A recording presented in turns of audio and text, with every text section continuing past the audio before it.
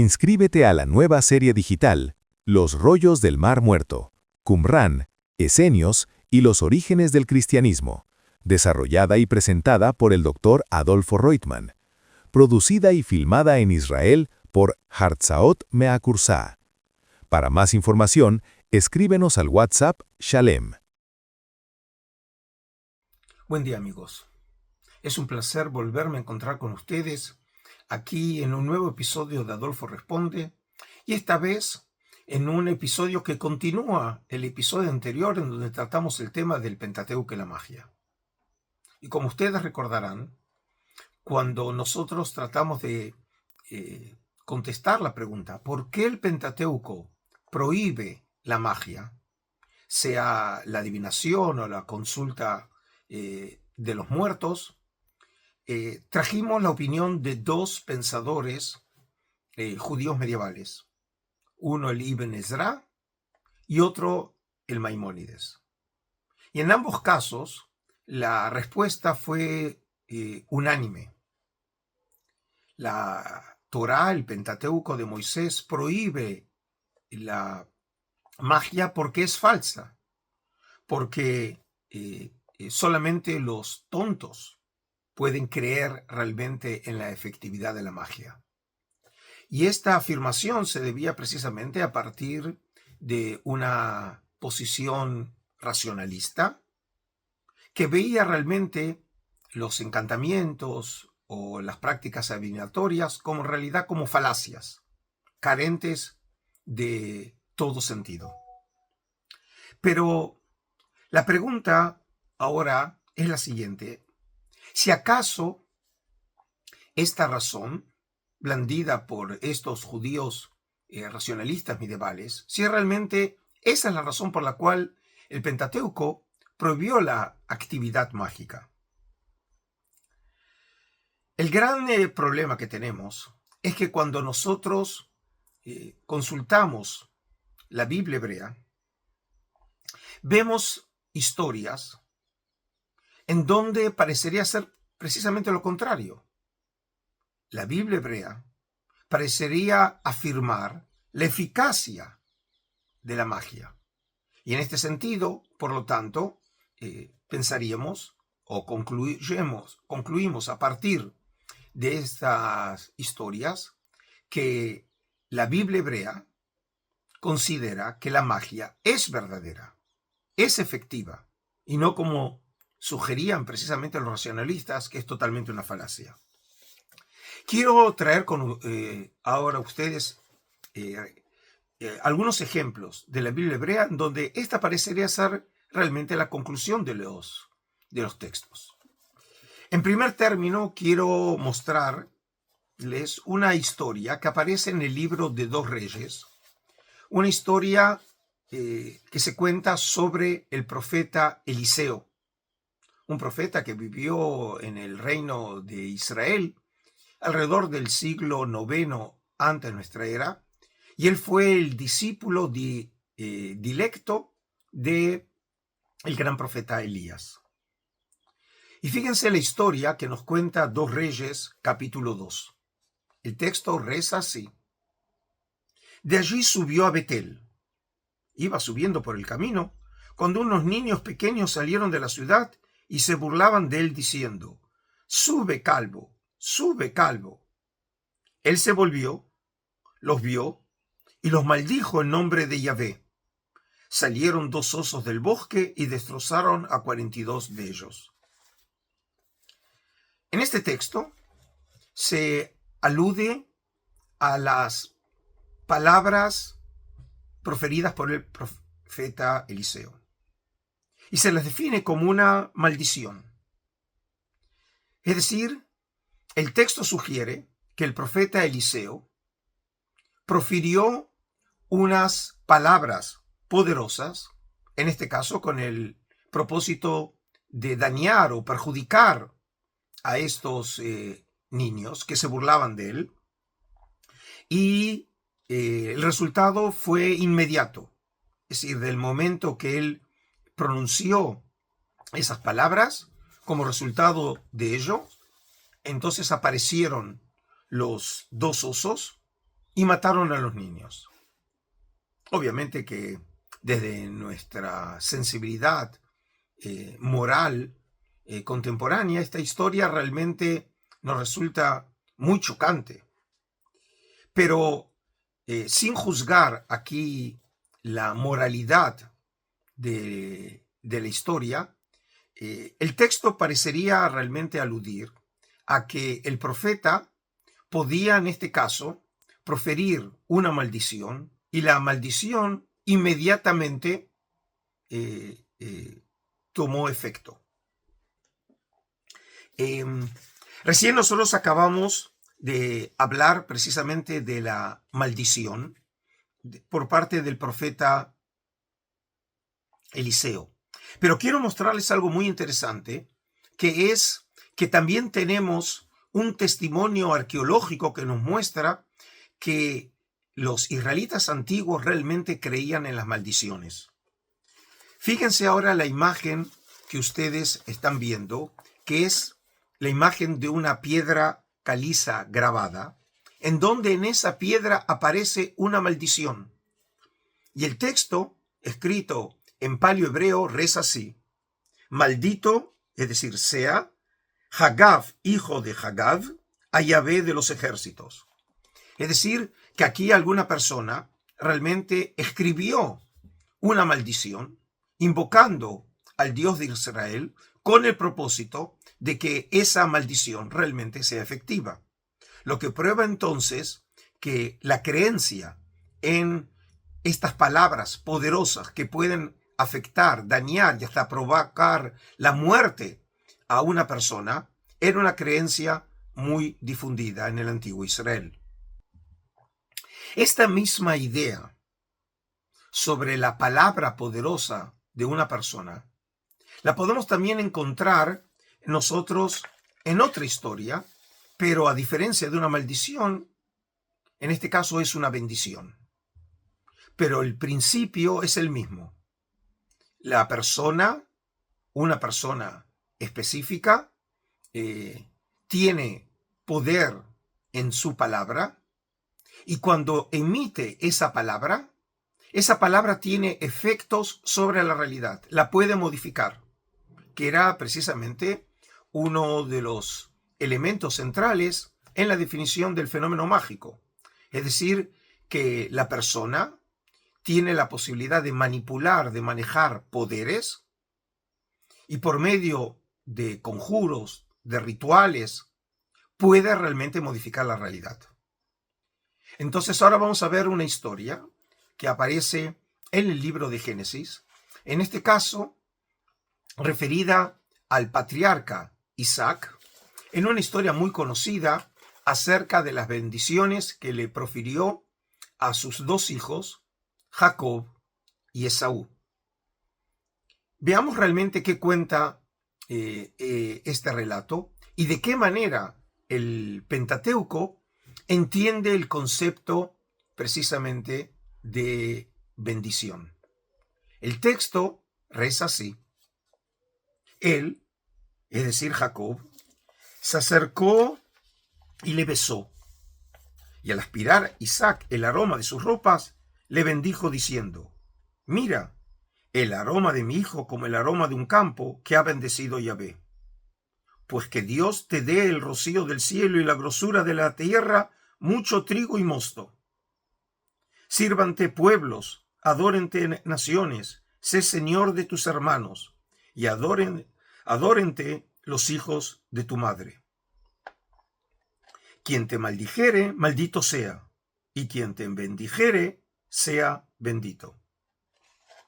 Este texto cuenta sobre el patriarca Jacob, que se disfrazó colocándose unas pieles sobre su cuerpo a los efectos de engañar a su padre Isaac, y de esta manera poder obtener la bendición que en principio le correspondía a su hermano Esaú, y en este caso la bendición, digamos, le fue otorgada precisamente por medio del engaño a Jacob.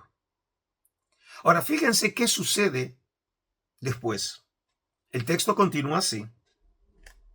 Así que hubo concluido Isaac de bendecir a Jacob, y justo cuando acababa de salir Jacob de la presencia de su padre Isaac, llegó su hermano Esaú de su cacería. Hizo también él un guiso suculento, y llevándoselo a su padre le dijo: Levántese mi padre y coma de la casa de su hijo, para que me bendiga tu alma. Dícele su padre Isaac: ¿Quién eres tú? Contestóle: Soy tu hijo primogénito, Esaú. A Isaac le entró un temblor fuerte y le dijo: Pues entonces, ¿quién es uno que ha cazado una pieza y me la ha traído? Porque de hecho yo he comido antes que tú vinieses, y le he bendecido, y bendito está. Al oír Esaú las palabras de su padre, lanzó un grito fuerte y por extremo amargo, y dijo a su padre: Bendíceme también a mí, padre mío. Es decir, que ahora tenemos aquí en la historia una situación en donde Esaú y su padre, el patriarca Isaac, se dan cuenta realmente que Jacob los había engañado, y ahora él se había llevado la bendición de Esaú. Pero fíjense ahora cómo reacciona Isaac al pedido de Esaú, que ahora realmente también a él le otorga una bendición. Díjole ha venido astutamente tu hermano y se ha llevado tu bendición. Dijo Esaú: con razón se llama Jacob, pues me ha suplantado estas 2 veces. Se llevó mi primogenitura, y he aquí que ahora se ha llevado mi bendición. Y añadió: ¿no ha reservado alguna bendición para mí? Respondió Isaac y dijo a Esaú: mira, le he puesto por señor tuyo, te he dado por siervos a todos sus hermanos, y le he abastecido de trigo y vino. Según eso, ¿qué voy a hacer por ti, hijo mío? Es decir, que aquí la idea de bendición no es lo que nosotros pensamos. Nosotros, por ejemplo, en nuestro mundo desacralizado, consideramos que la bendición son simplemente palabras de buenos deseos, sin realmente la presunción que esas palabras tienen poder, y mucho menos que realmente que como consecuencias de nuestras palabras, esas bendiciones se llevarán a cabo. Solamente quedan, digamos, en un sentido de buenos deseos. Pero este texto presupone otra cosa. Presupone que las palabras proferidas por Isaac tienen poder, y que del momento que fueron proferidas no pueden otra vez volverse atrás, no puede retrotraerse. Es decir, que desde el momento que fueron emitidas esas palabras tienen poder y pueden cambiar la realidad. Y por eso, frente a estas desesperantes palabras de Isaac, así reacciona Esaú. Entonces, dijo Esaú a su padre: es que tu bendición es única, padre mío. Bendíceme también a mí, padre mío. Isaac guardó silencio, y Esaú alzó la voz y rompió a llorar. Su padre Isaac le dijo por respuesta: he aquí que lejos de la grosura de la tierra será tu morada, y lejos del rocío que baja del cielo. De tu espada vivirás, y a tu hermano servirás. Mas luego, cuando te hagas libre, partirás su yugo de sobre tu cerviz. Esaú se enemistó con Jacob a causa de la bendición con que le había bendecido su padre, y se dijo: Esaú, se acercan ya los días del luto por mi padre, y entonces mataré a mi hermano Jacob. Es decir, que aquí lo que el texto claramente afirma es que las bendiciones son únicas, irrepetibles, y del momento que fueron emitidas, es decir, del momento que salieron esas bendiciones de la boca de una persona, realmente tienen efectividad, y por lo tanto no pueden ser cambiadas.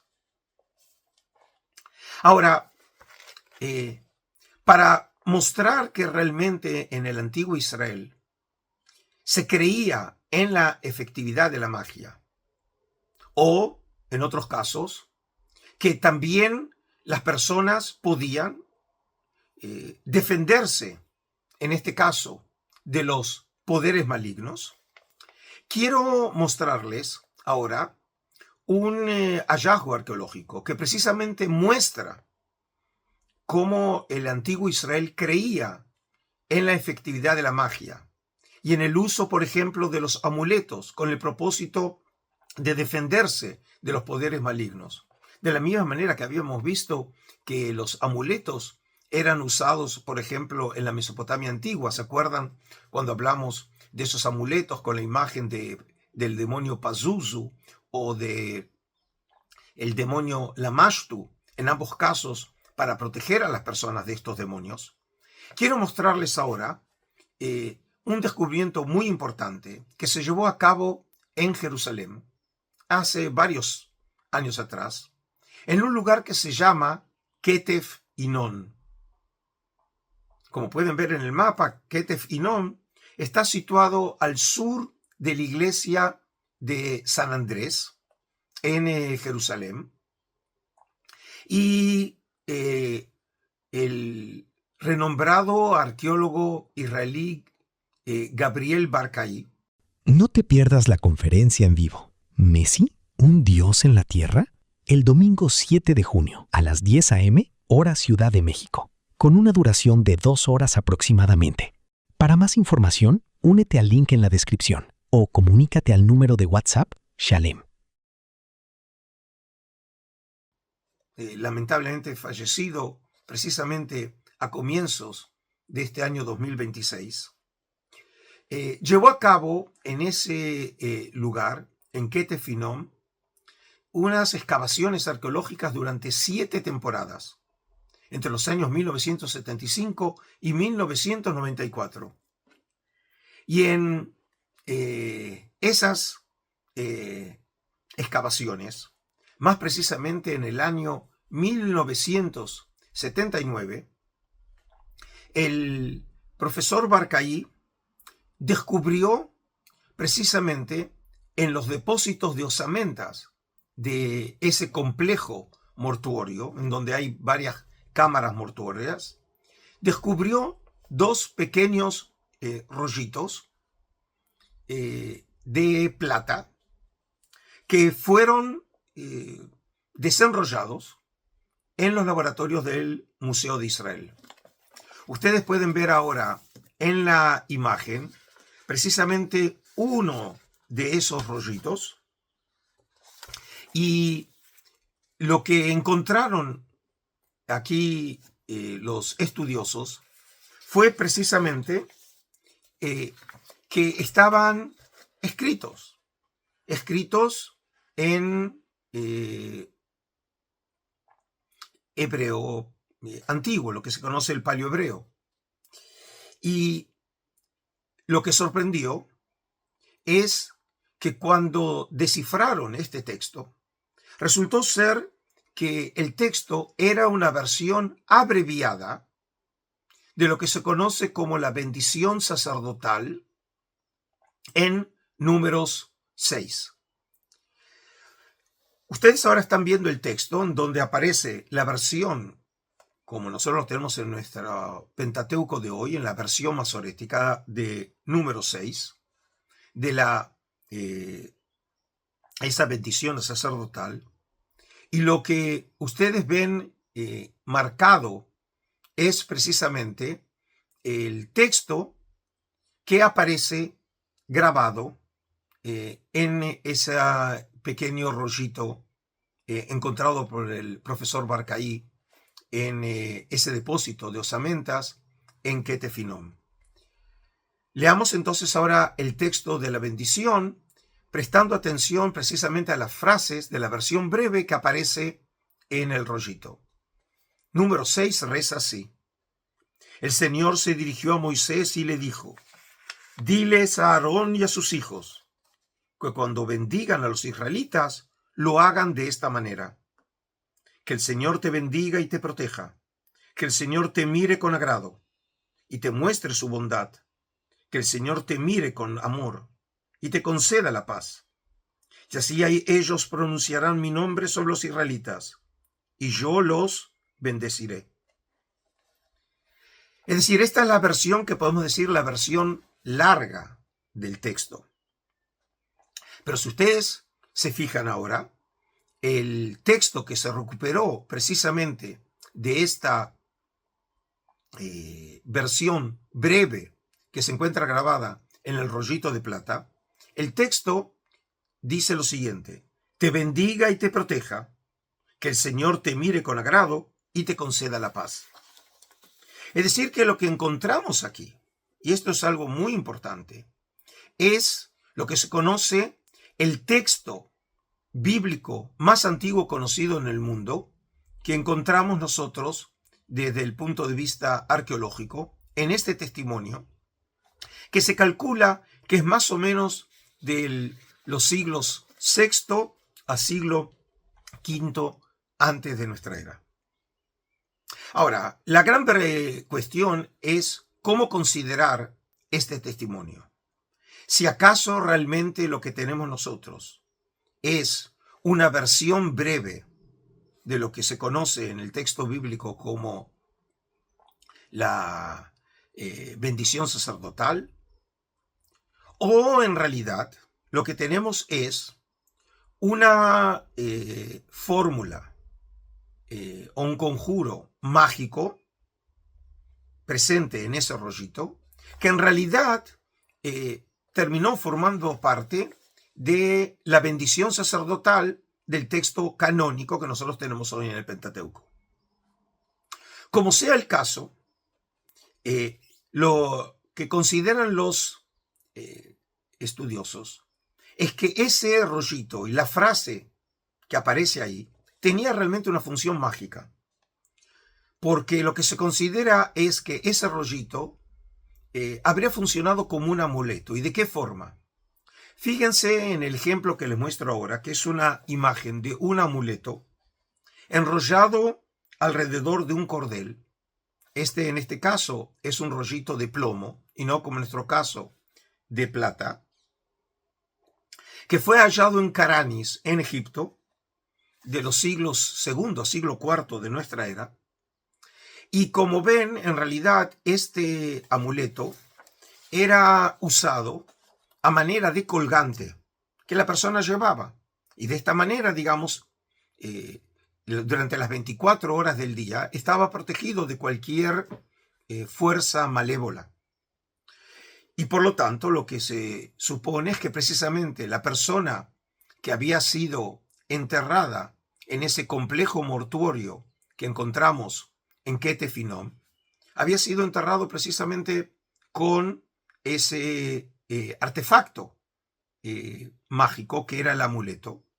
Y como era la práctica, una vez que el cuerpo había sido depositado y pasado alrededor de un año, la carne obviamente se disecaba, y entonces las osamentas, es decir, los restos mortuorios de esa persona, esos huesos eran colocados en una sala mortuoria con sus antepasados.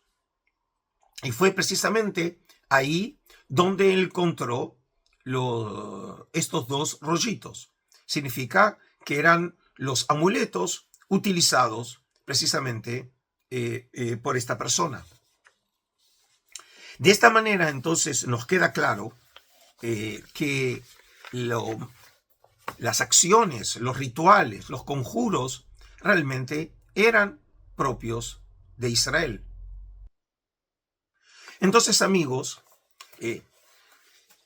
quiero traerles, por último, otro ejemplo que encontramos nosotros en la literatura bíblica antigua, que muestra realmente que las prácticas mágicas en el antiguo Israel eran vistas como prácticas precisamente eficaces y no como los filósofos medievales arguían que eran realmente vanas o falsas o carentes de todo sentido. Por ejemplo, en el libro del Deuteronomio 18, que nosotros mencionamos en el episodio pasado, se hablaba sobre la prohibición de invocar a los muertos. El texto en Deuteronomio rezaba así: cuando hayas entrado en la tierra que Yahvé tu Dios te va a dar, No aprenderás a cometer abominaciones como la de las naciones. Ningún encantador, ni quien consulte espectros, adivinos, ni evocador de muertos. Es decir, el texto prohíbe claramente toda acción de invocar a los muertos, a los espíritus de los muertos, con el propósito de poder conocer, por ejemplo, algún hecho o acontecimiento futuro, que el muerto, precisamente por estar en contacto con ese mundo esotérico, tiene acceso a verdades que nosotros, los hombres que vivimos en la tierra, no tenemos acceso. Según los intérpretes antiguos, como dijimos, estas acciones son falaces, no son verdaderas, no son eficaces. Pero tenemos una historia en el libro de 1 Samuel 28 que parecería precisamente demostrar totalmente lo contrario, y es que la invocación a los muertos es posible. El texto nos habla sobre el rey Saúl, que estaba por salir a la batalla contra los filisteos. Y el rey Saúl temía por su suerte, tenía un mal presentimiento. Y entonces, ¿qué hace? Fíjese lo que dice el texto. Los filisteos concentraron sus fuerzas y fueron a Sunén, donde acamparon. Saúl reunió entonces a los israelitas y armaron su campamento en Gilboa. Pero cuando vio Saúl al ejército filisteo, le entró tal miedo que se descorazonó por completo. Por eso consultó al Señor, pero él no le respondió ni en sueños, ni por el Urim, ni por los profetas. Es decir, el profeta, en este caso el rey Saúl, precisamente teme por su suerte en esa batalla, y lo que trata es de conseguir precisamente un anuncio por parte de Dios, es decir, consultarlo a los efectos de saber realmente qué es lo que va a resultar en esa batalla. Y trata de hacerlo por, podemos decir, recursos legítimos, como son los sueños, como son los Urim, que es un tipo de técnica oracular, y por medio de profetas. Y se encuentra en este caso con un silencio por parte de Dios, no oye nada. Y él de todas maneras quiere conseguir esa respuesta tan buscada. Y entonces, ¿qué hizo? El texto continúa así. Por eso Saúl les ordenó a sus oficiales: búsquenme a una divina para que yo vaya a consultarla. Pues hay una en Endor, le respondieron. Saúl se disfrazó con otra ropa y acompañado de 2 hombres se fue de noche a ver a la mujer. Quiero que evoques a un espíritu, le pidió Saúl. Haz que se me aparezca el que yo te diga. ¿Acaso no sabe usted lo que ha hecho Saúl?, respondió la mujer. Ha expulsado del país a los adivinos y a los hechiceros. ¿Por qué viene usted a tenderme una trampa y exponerme a la muerte? Tan cierto como que el Señor vive, te juro que nadie te va a castigar por esto, contestó Saúl. ¿A quién desea usted que yo haga aparecer?, preguntó la mujer. Evócame a Samuel, respondió Saúl. Al ver a Samuel, la mujer pegó un grito. Pero si usted es Saúl, ¿por qué me ha engañado?, le reclamó. No tienes nada que temer, dijo el rey. Dime lo que has visto. Veo un espíritu que sube de la tierra, respondió ella. ¿Y qué aspecto tiene? El de un anciano que sube envuelto en un manto. Al darse cuenta Saúl de que era Samuel, se postró rostro en tierra. Samuel le dijo a Saúl: ¿Por qué me molestas haciéndome subir? Estoy muy angustiado, respondió Saúl. Los filisteos me están atacando y Dios me ha abandonado. Ya no me responde ni en sueños, ni por medio de profetas. Por eso decidí llamarte para que me digas lo que debo hacer. Este texto es un texto muy importante porque en realidad en este, podemos decir, texto único, nos cuenta que realmente la idea en el antiguo Israel era que una vez que la persona moría, en realidad no simplemente moría y desaparecía, sino que en realidad su espíritu seguía viviendo como si fuera un tipo de fantasma en el mundo de ultratumba, del Sheol. Y este texto supone que la pitonisa de Endor, esta divina, era capaz de hacer subir el espectro, precisamente el fantasma, el espíritu de Samuel, y finalmente por eso consigue hacerlo, y al final del texto que acabo de leer se lleva a cabo un diálogo entre Samuel, que ya estaba muerto, pero era su espíritu, y por el otro lado era precisamente Saúl, quien le preguntaba a Samuel. Probablemente en realidad sea por medio de la adivina, porque según el texto nos da a entender, Saúl no puede ver el espectro, solamente lo podía hacer la adivina. Pero de todas maneras, el texto supone que el diálogo es cierto, no es fantasía. Realmente sucedió eso. Y entonces, con los ejemplos que hemos visto en el día de hoy, sea por un lado el caso de las maldiciones, sea con el ejemplo de las bendiciones, sea con el uso de amuletos, y ahora en este caso la historia sobre esta consulta a los muertos. Tenemos que volver otra vez a la pregunta. Si la prohibición del Pentateuco se debía realmente a la ineficacia, a la falsedad de las actividades mágicas, el texto bíblico no supone eso, sino precisamente presupone que la magia es eficaz. Y entonces volvemos otra vez a formular la pregunta, y si es así, ¿por qué el Pentateuco prohibió realmente la actividad y práctica de la magia? Para el caso, entonces, quiero terminar el encuentro de hoy con las palabras que escribió sobre el tema el gran biblista israelí Yehezkel Kaufman, que escribió una obra monumental llamada Historia de la Fe Israelita, en varios volúmenes, y cuando trató sobre la magia, escribió lo siguiente: la Biblia, que niega la realidad de los ídolos de los gentiles, no niega la realidad de la brujería. Esta admisión nos enseña que la oposición a la brujería carece de fundamento racionalista.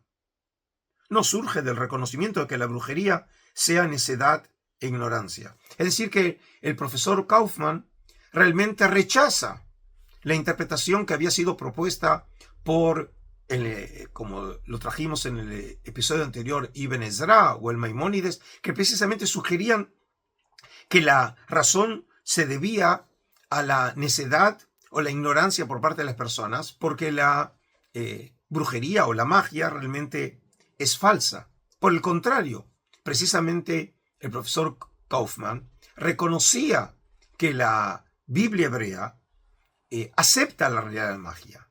Y si es así, entonces, ¿por qué la prohíbe? Pues entonces su respuesta es la siguiente: el contraste entre Dios y el hechicero no es un contraste entre autoridades divino-demoníacas, sino entre Dios y la sabiduría humana.